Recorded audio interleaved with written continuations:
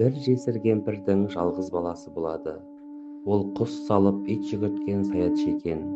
Қашқан аңды құтқармайтын ұшар деген тазысы, желмен жарысқан жүйрік аты бар екен. Күндердің күнінде жігіт кенеттен қайтыс болады. Сол кездегі елдің әдет-ғұрпы бойынша өлген кісіні жерлегеннен кейін жұрт қоныс жаңартып басқа жерге көшеді екен. Жаңа орынға көшіп келгеннен кейін кемпір баласынан қалған көз тазыны іздесе, ол ұшты-күйлі жоқ болып шығады. Ескі жұртта қалған шығар деп бұрынғы қоныстарына қайтып келсе, айтқандай-ақ ұшар иесін қиып кете алмай, мола басында сай-сүйекті сырқырата аспанға қарап ұлып отыр екен. Оны көрген анасы да: "Жалғызымнан айырылдым, қанатымнан қайырылдым. Ұшар, ұшар, кә-кә" деп аңырайды.